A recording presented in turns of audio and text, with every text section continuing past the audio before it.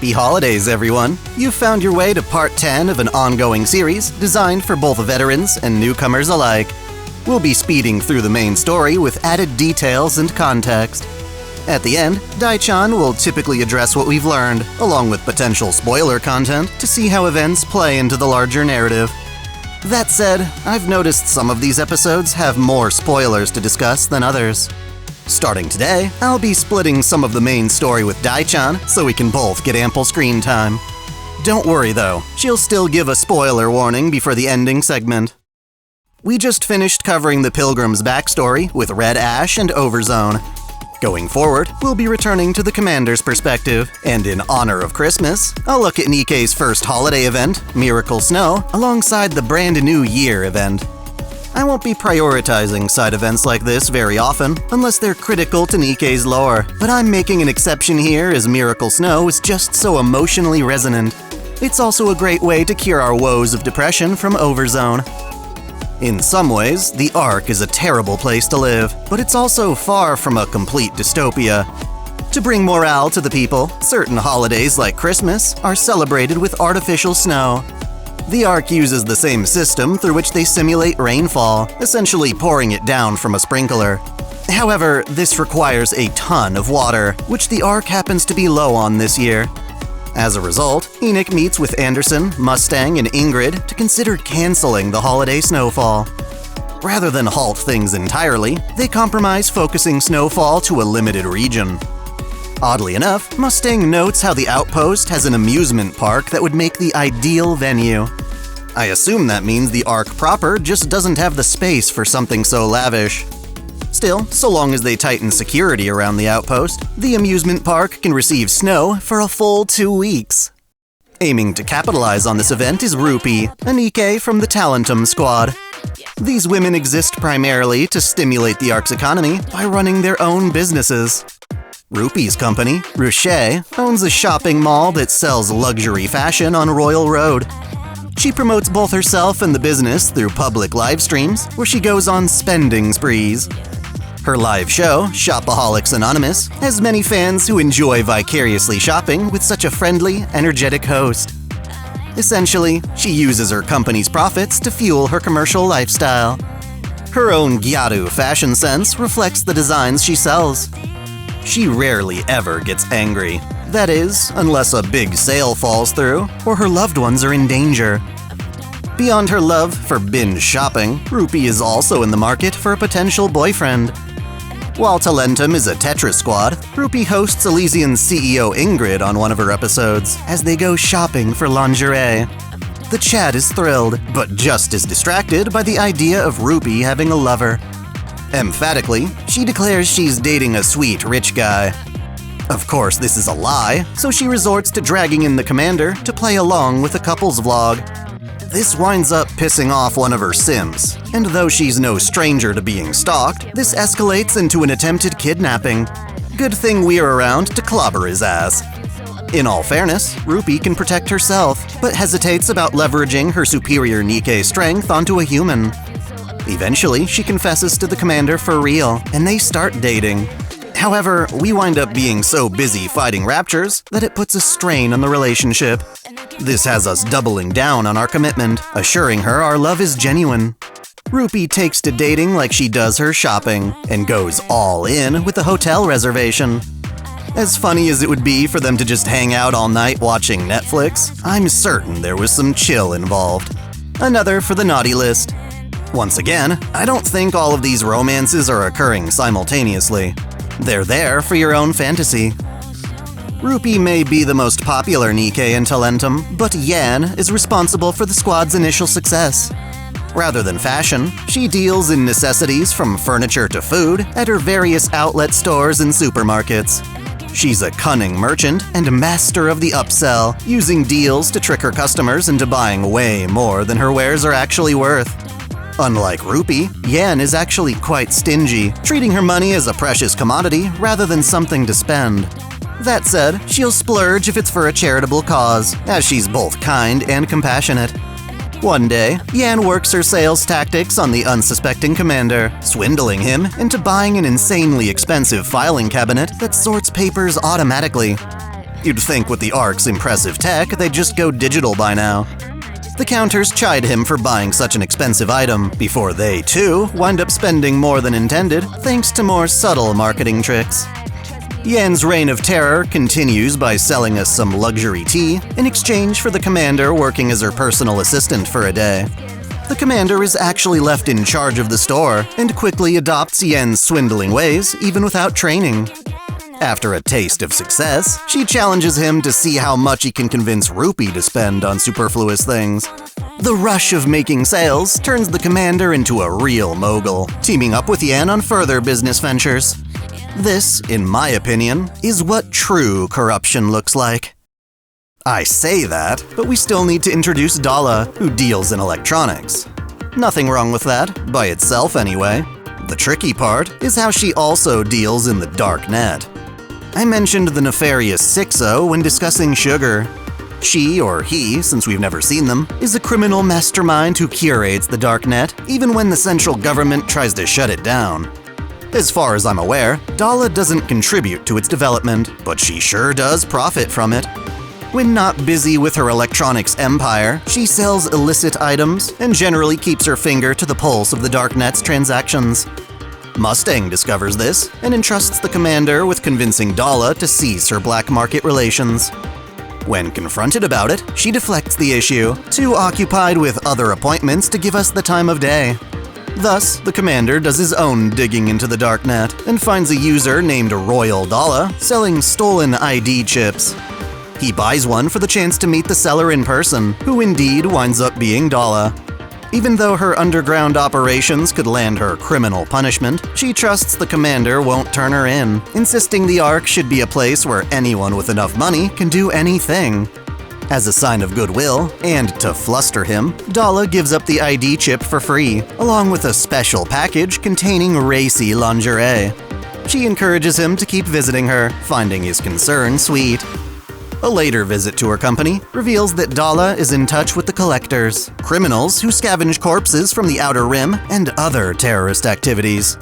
The way she sees it, they salvage organs, which can be transplanted to save lives, and the money she collects is reinvested into Ark technology for everyone's benefit. The dark net is a necessary evil. Even so, the commander worries about her safety, as the organ trade is dangerous, and some citizens are being kidnapped to procure more inventory. His concerns are validated when Dolla sends him a text tracing back to the terrorists of Heavenly Ascension.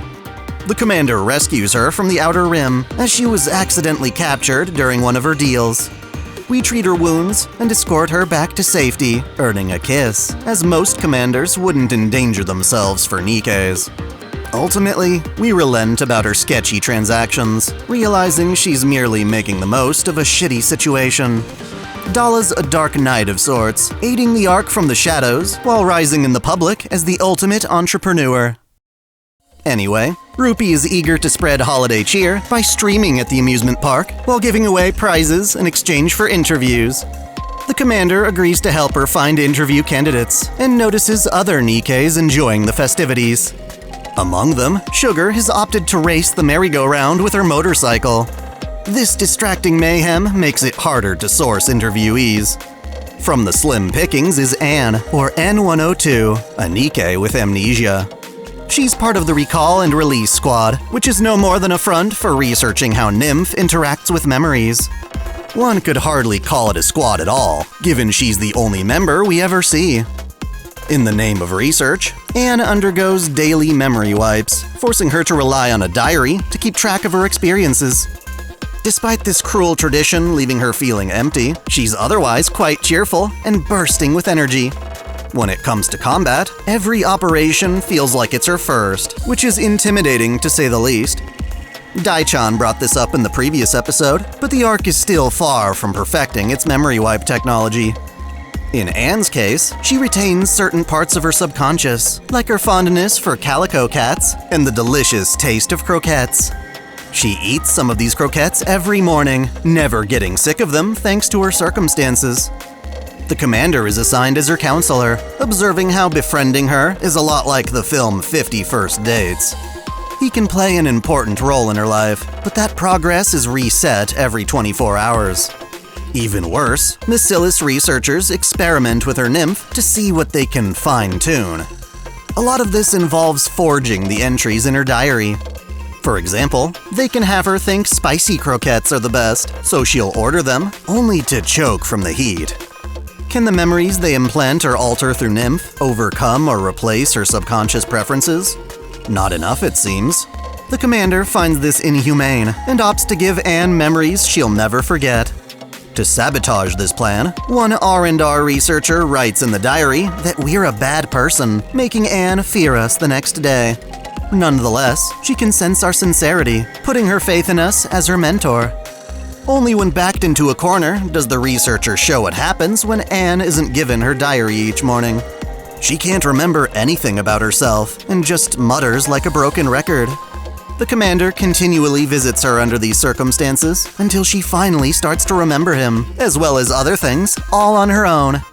As soon as she does, however, she collapses from mental trauma.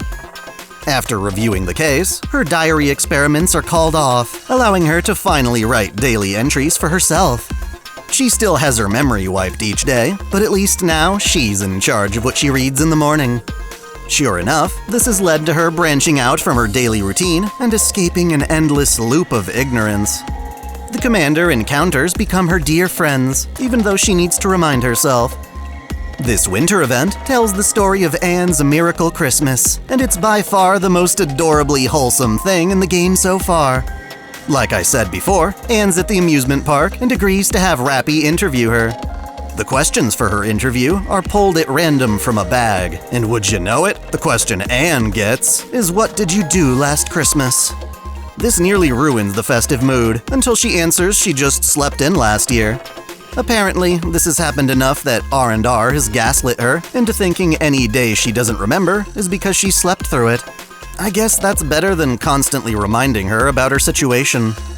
In exchange for the interview, Anne gets to pull from a bag of raffle tickets and winds up with the rarest item, a one-wish pass. With it, Rupee promises to grant a single one of Anne's wishes. Like a total sweetheart, she wishes for everyone to have a happy Christmas. Initially stumped, Rupee decides on having Anne join her stream, where they'll go around the park spreading Christmas cheer. The recorded footage can be given to Anne as a keepsake. First up, the girls find Exia absolutely dominating a tournament of Final Quest. She's dressed as Rudolph, who's conveniently a character in the game. Maiden, who's also a fledgling gamer, is moping about how she can't compete in the tournament since she normally plays with a controller which she left at home. Anne wants to make Maiden happy, but how? Luckily, Rupee's army of simps, or lupins, come in clutch, with many of them willing to ship their controllers in exchange for one of Rupee's handmade scarves. After failing to properly defeat the merry-go-round, Sugar has opted to spend the rest of her day working as a courier and delivers a fan's controller to us in no time. Despite being talented at the game, Maiden still loses, but only because it was a limited edition controller she didn't want to wear down by mashing buttons too hard. Still, she had a lot of fun, and thanks Anne for helping out. The amnesiac wants to continue helping people tomorrow, but Rupee and the commander worry about just how much she'll remember. To their complete surprise, Anne shows up the next day raring to go without any reminders. This has never happened before to such a degree, and so Rupee celebrates the occasion by procuring new outfits for Anne and herself. Rupee's is quite risque, but Anne delights in getting to dress as an adorable snow fairy. Their next act of merriment comes when Polly and Miranda admit that people at the amusement park are losing their sense of taste after eating something at the park. It's nothing fatal, and their taste returns after a couple of hours, but it's still strange. That is, until you realize that Emma is at the park giving out free cookies she baked. Recall that Emma loves cooking, but is absolutely terrible at it. Her cookies aren't just bland, they're actively harming park guests. Thankfully, and quite conveniently, the negative effects of her cookies can be cancelled out by consuming chocolate or soda. Thus, rather than shut down Emma's whole operation, Anne, Rupee, and the commander set up their own booth, freely giving out the sugary antidote with each cookie. To keep all the soda and chocolate free, Yen and Dolla offer to front the cost. To them, it's not much, but the sentiment is nice. Another day, another miracle, with Anne remembering everything about Christmas so far. Somehow, her memory wipes aren't doing anything, which we of course accept as a blessing. She comes upon a mass-produced Nikke who recalls being a human 15 years ago. Back then, the Nikke celebrated Christmas with her family by decorating a tree on the surface. It's a pleasant memory that haunts her now that her family is gone. In rebuttal, Anne insists we need to cherish our memories and insists on procuring the tree. Luckily, she's backed by a commander crazy enough to risk his life for Nikkes. I assume the Christmas tree in question is artificial, or they never cut it down, as it's hard to believe something like that would last otherwise. Then again, when we find it, it's all shriveled up. It's the thought that counts though, and the mass-produced Nikke is delighted to hold the tree in her arms once more. Even though we just helped another person, Anne looks gloomy. Rupee suspects she has another wish in mind, but is hesitant to bring it up. After being promised her wish will be granted, Anne tearfully admits that she wants to see her mom. Turns out, among Anne's subconscious memories, she still recalls her mother's smile and the warmth of her hugs. Just as much, she recalls her mother's fatigue and wants to meet again to make things better. Not knowing who to turn to, we confront Exia on the matter. She explains it's not unheard of for a Nikke to remember their old family, but these memories are usually erased for their own protection. Previously, Nikkes who knew their family would try to go meet with them, only to discover things have changed or their family passed on. This led to higher rates of Nikke suicide. Rather than a Christmas miracle, Exia worries that this may be some malfunction on Anne's part and recommends we take the matter up with her manufacturer, Siuin. Reluctantly, we pay the missiless CEO a visit. We fear Siuin will do something awful to Anne, but are relieved when she promises to only perform a basic exam. The results indicate that there's a glitch in Anne's nymph that is preventing the memory wipes. However, the nymph can routinely repair itself, so the issue will resolve on its own. While she discourages it, Siuin also agrees to look into Anne's mother. As thanks, Rupee gives her a Christmas cake, which she stubbornly tries to refuse. Turns out, Anne's mother is a 45-year-old woman named Angelina who lives by herself not too far off from Missilus headquarters. Despite some collective hesitation, Rupee and the commander decide to take Anne to see her mom. Sadly, this meeting doesn't go well. At first, Angelina mistakes us for Missilus debt collectors, but upon seeing her daughter, runs away. A personal call from Siuin reveals that Angelina was the one who volunteered her daughter to become a Nikke. Desperate to confront the truth, the commander reaches out to Exia, begging her to do some digging on Angelina's current whereabouts. This is illegal, but Exia does it anyway because, well, she's Exia, and it's for a good cause. It appears Angelina follows the exact same daily routine, spending most of her time at 7 specific locations, one of which is a nearby Cosmo Burger joint. From afar, Rupee and the commander watch as Angelina goes from place to place before finally reaching out to her. Rupee suspects that Angelina sold Anne off for financial gain, but the mere accusation is insulting. After expressing their genuine concern for Anne, Angelina finally agrees to speak with them in private.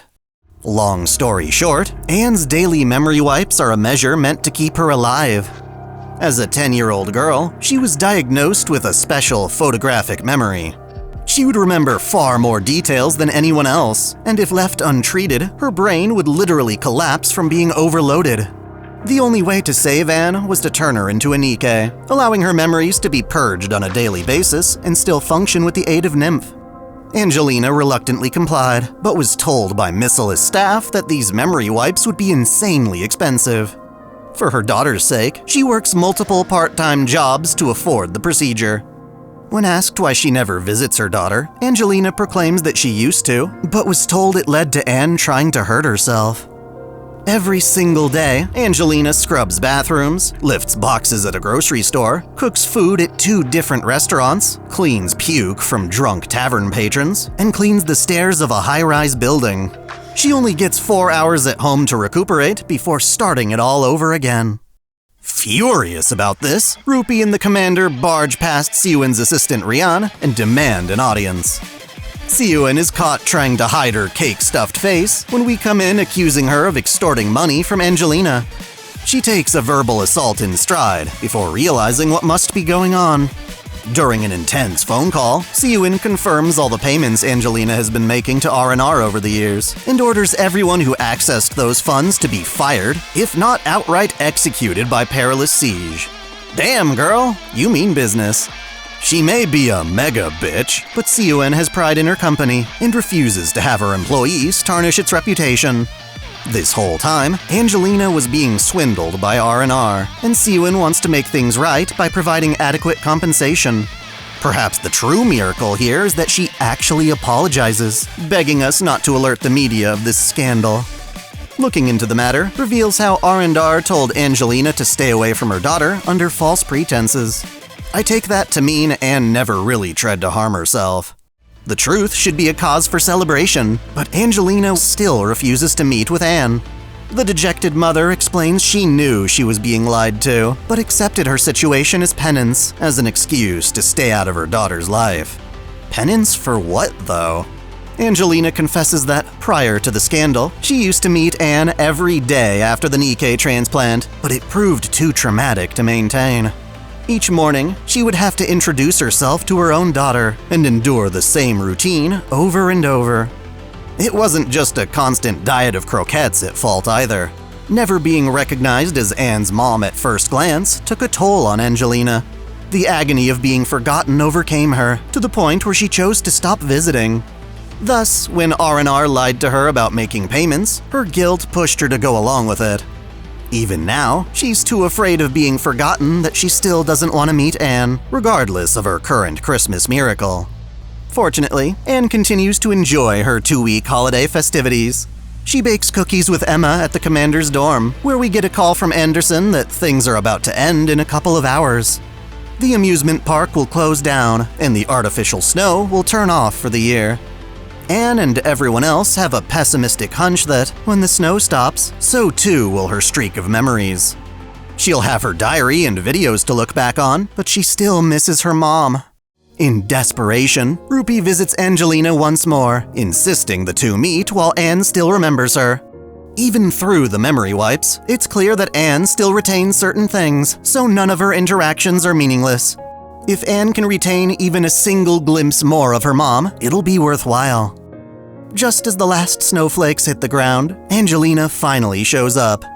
Little Anne sprints into her mother's arms and forgives her for not always being there. Rather than hold resentment, Anne declares herself the world's luckiest daughter, prompting Angelina to reciprocate as the world's luckiest mom. After a final "I love you," Anne's memories do indeed start to reset. Still being embraced by her crying mother, a freshly wiped Anne awakens and tries to comfort who she thinks is a total stranger. Shortly after the snowfall, Anne falls into a coma. With her own diary of experiences, Angelina waits as Macilla's doctors scramble to find the cause. Eventually, Siyun emerges to declare Anne is finally awake. To our complete shock, Anne recognizes the commander, Rupee, and her mom. She's excited to go have fun together, and we accept it in relative ignorance. Siyun's best explanation is that during the 2-week snow, Anne's brain must have merged with part of her nymph. The result is a quarantined space, or vault, where the memory wipes simply don't work. Neither Siyun nor her scientists can access this region, even if they wanted to. Obviously, Anne won't be able to remember everything going forward, as that would still put her life in danger, but it appears memories of her miracle Christmas have been preserved somehow. We don't really get a better explanation, but I appreciate how Nikke's lore makes this seem less like a deus ex machina and more like something that could actually happen in a universe. Why would the outpost's snow have anything to do with it, though? If you have any theories, let me know. Hey guys, I know my appearance usually signals spoiler time, but that's not the case for this video. There's only a little bit I'd like to discuss at the end, but before that, I want to share with you another event, Brand New Year. It's not as narratively rich, but it does give us the opportunity to explore some lesser-known Nikkes. Essentially, the commander receives a special invitation to attend a fancy soiree on the Admire, an Elysian battleship being developed to sail the ocean. Just as the Ark wants to expand the tracks AZX can travel upon, they also want to secure a footing in naval warfare. At the helm of this project is, well, Helm of the Aegis Squad. She's part of a force of 2 other Nikkes, tasked with manning the Admire as its crew. Their leader, the fittingly named Helm, captains the ship with pride, even though she's never actually seen the ocean in person. In fact, the very thought of sea creatures makes her cringe. Nonetheless, it is her dream to finally sail the Admire out on the open sea. She and her crew bide their time training in large aquatic tanks until humanity can secure a maritime position. This upkeep costs a lot of money, and to secure its funding, the Admire is frequently hoarded out as a party venue for the Ark's wealthiest donors. Reluctantly, Helm entertains these guests in pursuit of her ultimate dream, though she loathes being hit on. Desperate to uphold the Admire's good name and potential, she runs a tight ship, demanding her subordinates maintain a proper level of decorum and obedience. Again, she doesn't want to be such a hard ass, but she feels obligated to tighten the whip for her future. Unfortunately, maintaining the Admire falls under the jurisdiction of Deputy Commander-in-Chief Birmingham, the same douchebag who tried to take Marion from us. At least he too dreams of seeing the Admire deployed on a real mission. Aegis Squad is specifically designed for aquatic exploration. Most Nikkes, even if they could swim, are so heavy they'd just sink to the bottom of any pit of water. Helm, however, swims pridefully to show off what she and her crew are truly capable of. The commander helps her by filming a promo video for the Admire, just in time for their next fundraiser. Editing the video turns out to be a hassle, and when the finished result paints the Admire as some invincible juggernaut, Helm can't bring herself to lie to patrons. For as much as she wants the ship to look good and gain public approval, she doesn't want to do it through falsehoods. To make matters worse, a member of the Heavenly Ascension detonates a bomb that tears open a hole on the Admire's side. While everyone else evacuates, the commander confronts the culprit and is ultimately saved by Helm. The terrorists' plan was to kill all the patrons, but thanks to Aegis Squad's quick response, there were no casualties. Ironically, despite taking damage in the blast, the Admire still withstood being attacked, encouraging its patrons to continue funding it. The commander's pledge to help Helm achieve her dream turns into them dating. As Helm learns what it takes to love someone, she begins to trust in her own feelings. This leads to her forming a stronger bond with her squad mates. Along with her precious compass, she trusts us as her North Star and is ready to have her first intimate encounter. Foregoing her typical modesty, they bang on a bed beneath the starlight. Ada ada! In contrast to her official employment, Mast sees herself as a pirate, complete with a googly-eyed parrot named Morgan. It's a real animal, but just looks silly. Inspired by pirate films from her childhood, she yearns for swashbuckling adventures on the high seas. She copes with the Admire being on hold by knocking back pints of ale and bottles of rum, much to Helm's frustration.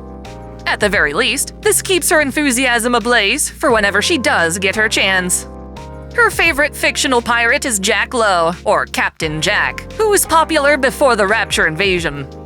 Back then, films could be made using real boats rather than CG. Even though it's no longer possible to make films this way, Mast wants to audition for a part in the upcoming sequel. The commander consoles her after she fails to get cast in any of the main roles. She has more than enough passion, but just can't follow the script. Luckily, she doesn't mind playing a smaller role without dialogue, and is more than happy to be a part of the production without the hassle of becoming a movie star. Convinced that he, too, is a pirate at heart, Mast pushes the commander into joining as another extra. On set, she gets the chance to meet Jack Lowe's actor, whom she assumes is just as pirate-crazy as her. Instead, she finds him dissing pirates and their fans, treating this as just another acting gig. The story seems to imply this actor is the same guy who played Jack in the first film, but that doesn't make sense if it's a pre-invasion classic. Dude would have to be over a century old. I know there are some people in this story who've preserved their lives that long, but this contradiction is never addressed. Still, whether or not this guy is the one who played the original Jack, Mast begins to question whether the passion she felt on screen was nothing but a lie.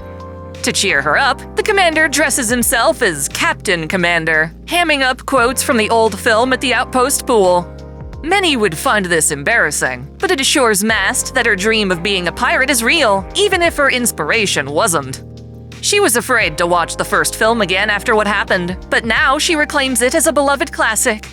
Of course, she expects the commander to join her on the real journey once it embarks. They start small, with her dressing as a pirate, or pirate-themed maid anyway. This evolves into trying to plant a pirate's flag atop the Ark's radio tower. When that fails, she then opts to place it atop the amusement park's pirate ship ride. Contrary to what the movies indicate, Mast is afraid of ghosts and large fish, making her dream that much harder to attain. The commander helps her nonetheless, and as thanks, she admits she wants to treat him as his own personal maid for a day. This results in him embracing her romantically. Since the screen fades to black with him doing this, I'm inclined to think Mast makes the naughty list. Anchor's specialty, on the admire, is surveillance. She was manufactured with radar detectors, allowing her to properly navigate ocean environments. Whether you consider it a boon or not, she tends to be rather quiet and unfeeling. It's like she imagines herself as more machine than human, at least to those who don't get to know her on a deeper level. Her most expressive trait is her love for sea creatures, especially starfish. She's got a collection of them, and will sometimes lash out by throwing starfish at people's faces. It all makes sense when you realize Anchor lived a secluded human life with disabilities. She was both blind and wheelchair-bound. However, while she couldn't walk, she excelled at swimming, and felt more comfortable in water than on land. This, paired with her love of marine life, inspired her to become a Nikke and join a Navy rescue team. Technically, though, Anchor isn't allowed to have a collection of invertebrates, but gets away with it due to Burningham's influence. After a VIP slips on one of her starfish, though, Helm is asked to confiscate the creatures and seeks help from the commander. Anchor puts up resistance, using her radar to detect intruders from the Wildlife Agency and hide her pets from them. Knowing she can't hide forever, though, the commander tries to help her find a replacement while her pets remain with the Bureau. This doesn't really work, as her pets are all living beings. At first, Anchor doesn't remember her human memories, but is able to recover them subconsciously by diving into the Admire's water tank.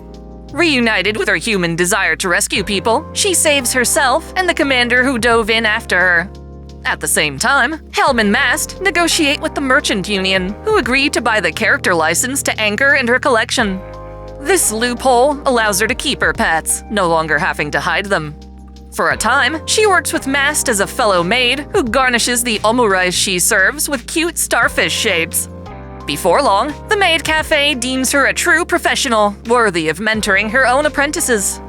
Oddly, the commander is roped into being her maid in training, which is actually just Anchor's attempt to keep him for herself. Under the guise of role-playing a romance visual novel, she pretends to elope with him. In the end, though, it winds up innocent enough, the two of them swimming together in a saltwater tank with Anchor's sea creatures. It's worth noting that the party held on the Admire this time isn't a fundraiser, but rather a New Year's celebration. It's supposed to be formal, but that doesn't stop Sugar from bringing Black Typhoon aboard. Another Nikke in attendance is Julia, the sole member of her Master Hand squad, at least as far as we've seen so far. Master Hand's role is to preserve the culture of music humanity had before the Rapture invasion. To that end, Julia specializes in recording songs and replaying them for positive morale. Originally, Julia was manufactured by Miscellus, but Siouan didn't appreciate her musical prowess, and instead forced her straight to the battlefield. Fortunately, Mustang found and took Julia in, as she probably should have been a Tetra Nikke from the start. Truly, Julia is a talented violinist, able to play pretty much any song with the right inspiration. However, when she lacks that inspiration, her playing is reduced to discordant shrieks. It sometimes gets so bad that people mistake her for a ghost bride who haunts people with her playing. Worried that her music has lost its soul, Julia recruits the commander in rekindling her spark. I don't exactly blame her. She was meant to preserve the artistry of music, but people in the Ark never wound up deprived of it, rendering her obsolete. All she's got left are her performances, and now those too are slipping away. Eventually, she recalls how she first found her passion for music on the surface. She rode an elevator up to her premiere fight along with other nervous comrades. Actually seeing the surface, however, made her realize that her violin is supposed to be an instrument, not a weapon. Sure enough, returning to the surface is what brings back her inspiration, prompting her to start wandering the surface on her own in search of further creative endeavors. One of her goals is to salvage actual sheet music left behind by the Rapture invasion. While the commander worries for her safety, he understands these ventures are what give her life meaning. Julia keeps record of her travels in the form of a notebook, upon which she copies down the music she finds, and even tries to compose her own piece. Unfortunately, she still finds herself producing cringeworthy shrieks, and returns to the commander to both practice and disturb the neighborhood. Sure, she's quite the handful, but when she finally aligns all the missing pieces of her heart, her performances are breathtaking. After thanking the commander with an exclusive concert, she offers him the original copy of her notebook. Regarding this boat party, Julia has been asked to provide entertainment. She's great for the most part, but still finds herself drifting into unbearable screeches during rehearsal. Meanwhile, Helm does her best to keep the event in order and warns Mast not to get drunk and rowdy. Sugar evaluates the coffee being served and deems it isn't sweet enough. Go figure. She misinterprets a compliment on her outfit as an invitation to kiss, but when denied, she goes to harass the admirer's barista. Just when the party is in full swing, the commander gets a request from Deputy Chief Birmingham. It seems he needs us to head to the surface. Apparently, he accidentally packed a limited edition Arc Ranger figure meant for his daughter into a shipment of combat supplies. Thus, between Sugar's harassment and Julia's inconsistent playing, we decide to take them along with Helm to fetch the figure. This works out surprisingly well. Sugar is thrilled at the chance to drive her motorcycle at full speed. There just isn't enough room in the Ark to let loose. As usual, the surface continues to bring Julia plenty of inspiration. Being assigned a mission during our vacation prompts us to have some fun while we're at it. Helm reluctantly admits she would like to see the ocean along the way, so the commander wants to grant her wish. Without too much trouble, we locate the supplies and claim Birmingham's figure, albeit a bit banged up from shipment. We still haven't seen the ocean, and though Helm claims she's fine with that, we put in the extra effort to accommodate her detour. This winds up taking all night, mainly because we get lost. Eventually, though, Sugar returns from scouting to proclaim she found an outlet to the sea. As the sun begins to rise, we make our way to a cliffside with a stunning view of the water. The Nikkes each make a wish beneath the golden sunrise before turning back toward the Ark. Just as the commander leaves, he catches something in his peripheral vision. From far away, he thinks he spots Marion for just a second. He writes it off as a hallucination, only to find a bandage at his feet.